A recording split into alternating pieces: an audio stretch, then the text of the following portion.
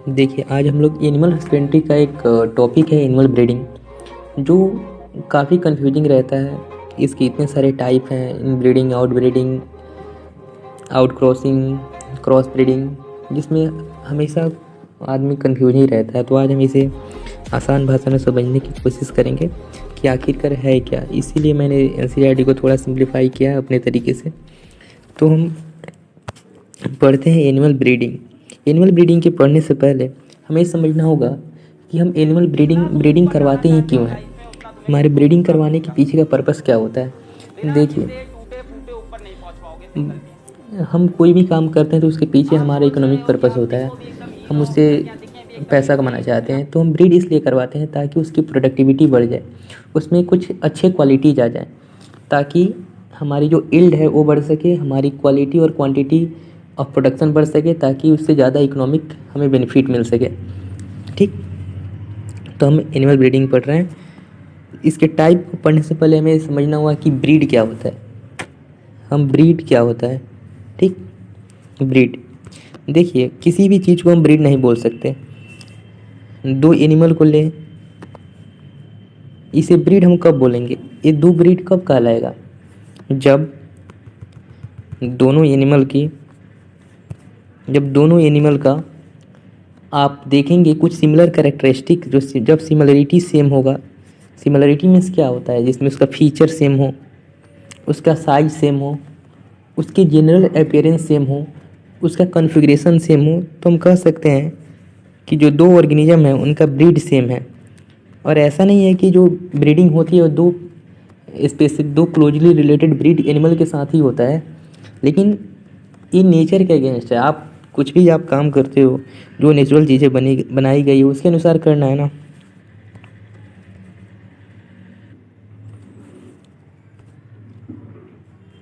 तो हम ब्रीड समझे ना, ब्रीड क्या होता है कि दो एनिमल हैं जिनका जनरल अपीयरेंस सेम है, कॉन्फ़िगरेशन सेम है, शेप एंड साइज सेम है, तो उसे हम ब्रीड कहते हैं। और उनके बीच में ब्रीडिंग, उनके बीच में अगर मीटिंग करवाते हैं तो उसे ही कहते हैं ब्रीडिंग। ब्रीडिंग कितने प्रकार के होते हैं, तो ब्रीडिंग दो प्रकार के होते हैं। एक को कहते हैं हम इन ब्रीडिंग, दूसरे को कहते हैं आउट ब्रीडिंग। इन ब्रीडिंग में क्या होता है कि हम मेट करवाते हैं, जैसे कि एक ब्रीड लिए, जैसे कुत्ता का एक ब्रीड होता है, कुत्ते के बहुत सारे वैरायटी होते हैं, ब्रीड होते हैं, जैसे जर्मन शेफर्ड और बहुत सारे।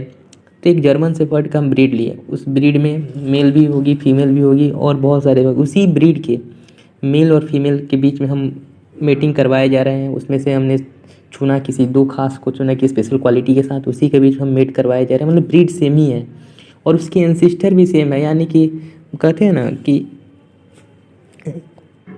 उनके एंसिस्टर भी सेम है। एज फॉर एग्जांपल हम दिखा सकते हैं कि एक एंसिस्टर हुआ, इस दोनों क्रॉस करके दो इतने सारे बच्चों को बना रहे हैं, फिर ये दोनों आपस में क्रॉस करके कुछ और बना रहे हैं, और यानी कि इन लोग का एंसिस्टर सेम ही है और ये आपस में ब्रीड किए जा रहे हैं। तो एक ऐसा मतलब एज जब हम मेंडल की बातें सुनते हैं तो हमें देखते हैं कि कुछ जो रिसेसिव कैरेक्टर होते हैं, मान लेते हैं कि इसमें रिसेसिव कैरेक्टर था, वो इसमें नहीं दिखा, अच्छी क्वालिटीज आ गए, पर वो रिसेसिव कैरेक्टर इसमें दिख गया जो कि ख़राब क्वालिटी थे, तो इसके बाद से जो भी प्रोडक्ट बनेगा वो तो डिफेक्टिव में चला जाएगा ना। तो इसे ही कहते हैं इन ब्रीडिंग डिप्रेशन, यानी कि जब एक ही ब्रीड में जिनका जनरेशन सेम ही होता है, वे लोग जब आपस में 3 4 5 6 7 8 जनरेशन के बाद भी जब मेट करते हैं तो उसके बाद उनकी प्रोडक्टिविटी, उनकी यूटिलिटी, उनकी जो क्वालिटी होती है उनमें घटाव चालू हो जाता है, उनमें डिप्रेशन चालू हो जाता है। इसे हम कहते हैं इनब्रीडिंग डिप्रेशन।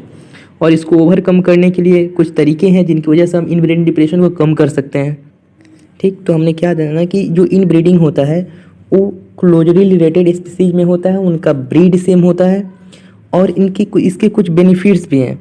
इसके बेनिफिट्स की बात करें तो हम बेनिफिट्स में देखते हैं कि इससे बेनिफिट क्या होता है। तो होमोजाइगोसिटी आती है। क्या आती है, होमोजाइगोसिटी।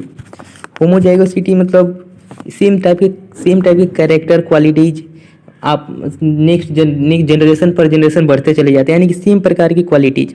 उसके बाद हम देखते हैं कि उनमें जो क्या होता है ना कि एक बार इनब्रीडिंग होने से जितने भी डिप्रेस्ड क्वालिटीज होते हैं, मतलब अनडिजायरेबल क्वालिटीज होते हैं, वो एलिमिनेट हो जाते हैं। क्या हो जाते हैं? एलिमिनेट हो जाते हैं।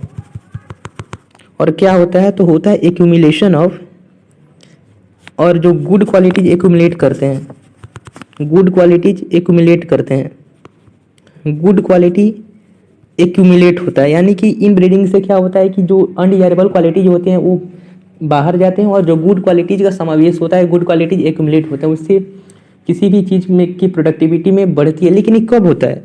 हम क्या बोले कि 4 5 6 जनरेशन के बाद इन ब्रीडिंग डिप्रेशन चालू हो जाता है। वैसे अच्छी बात है इन ब्रीडिंग करवाना, लेकिन हम बार बार किसी चीज़ को यूज कर रहे हैं तो आखिरकार जाके उससे अनबेनिफिट होने लगता है कुछ चीज़ें। तो बेनिफिट इतने सारी चीज़ें हैं, इसकी डिफेक्ट है कि इन ब्रीडिंग डिप्रेशन होता है, यही कॉज है इसका। अब फिर चलते हैं, ये तो हो इन ब्रीडिंग। अब एनिमल ब्रीडिंग एक दूसरा तरीका है, वो आउट ब्रीडिंग। आउट ब्रीडिंग में क्या होता है कि दो क्लोजली रिलेटेड हो भी सकते हैं, नहीं भी हो सकते, उनके बीच जब हम ब्रीड करवाते हैं तो उसे हम कहते हैं आउट ब्रीडिंग। आउट ब्रीडिंग की टाइप आउट ब्रीडिंग में क्या क्या आता है तो हम देखते हैं। पहला आउट क्रॉसिंग।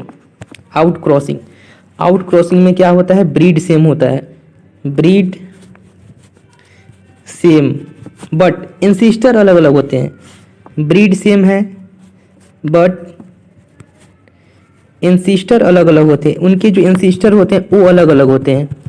तो अभी क्वेश्चन आ सकता है कि इन ब्रीडिंग और आउट क्रॉसिंग में क्या डिफरेंट है। तो हम देखते हैं कि जो मीट एक क्या है ना, इन ब्रीडिंग में क्या है कि क्लोजली रिलेटेड है और 4 to 6 जनरेशन से रिलेटेड है, यानी कि बहुत ही क्लोजली रिलेटेड है, उनकी इंसिस्टर सेम है इसमें।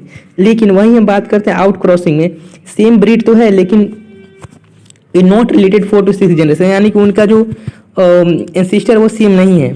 और आउट क्रॉसिंग के फायदे क्या हैं?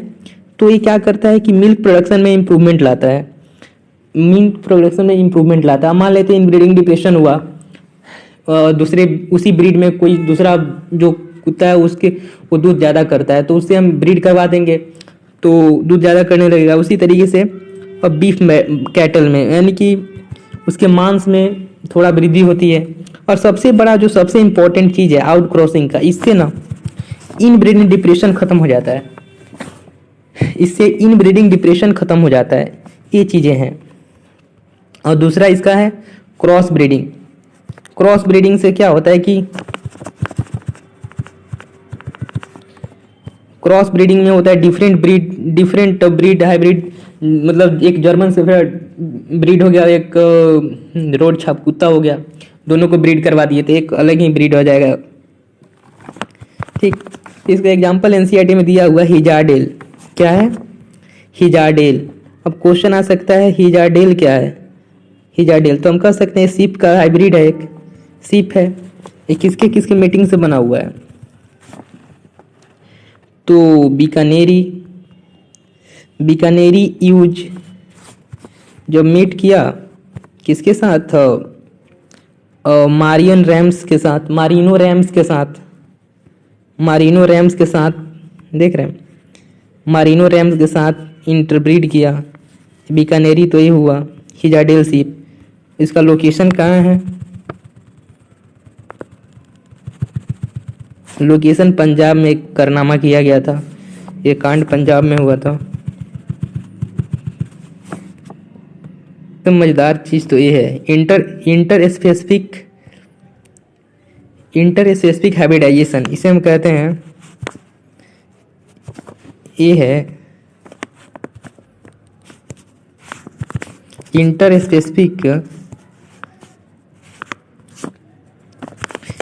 स्पेसिफिक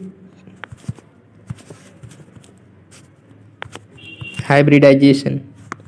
इसका एक अलग ही कहानी है भाई, इसका एक अलग ही कहानी। इंटर स्पेसिफिक हाइब्रिडाइजेशन, इसमें लोग ने अति करके रख दिया। इंटर स्पेसिफिक दो स्पीसीज के साथ ही मेटिंग करवा रहे हैं, नेचर के against, totally against nature, totally against nature. Interspecific hybridization इसका ये है। अब इस सेम वही कहानी है ना कि कुत्ता, मतलब ये भी क्या बताएं, लेकिन फिर भी इसमें कंडीशन है कि आप किसी इंटर स्पेसिफिक हाइब्रिडेशन करवा भी रहे हैं तो आप, ऐसा नहीं है कि कुत्ता को बिल्ली के साथ आप इंटर स्पेसिफिक हाइब्रिडेशन करवा सें। लेकिन कहा सकता है कि बिल्ली और बाघ का इंटर स्पेसिफिक हाइब्रिडेशन करवाया जा सकता है। अब ये करवाया जाता है या नहीं पता, लेकिन क्योंकि वो दोनों थोड़ा रिलेटेड हैं। जिस तरीके से गधा और हॉर्स रिलेटेड है, उसी तरीके से तो बिल्ली और बाघ रिलेटेड है, तो करवाया जा सकता है। लेकिन इसमें किसमें हिम्मत है कि वो जाकर करवाए बाघ के सामने। तो ऐसा करवाया गया है। तो ये हमें दिखाता है कि जब किसी डंकी का मेल लीजिए, क्रॉस करवाइए हॉर्स के फीमेल से, तो आप एक अलग प्रजाति देखेंगे, वो है म्यूल का। म्यूल क्या होता है? स्टेराइल होता है। स्टेराइल होता है, यानी कि कहीं ना कहीं ये दिखाता है कि जो म्यूल थे ना, वो इवॉल्व हुए हैं। यानी कि अगर हम बात कर सकते थे म्यूल का, डंकी का और हर्स का, जो एंसेस्टर्स हो सकते हैं उस पास्ट में सेम रहे होंगे, तभी तो ऐसा हुआ है। कुछ तो रिलेशन है, तभी तो ऐसा हो पाया, वरना नहीं होता। You are being requested to perform interspecific hybridization between cat and tiger if it is possible, otherwise don't mind. I think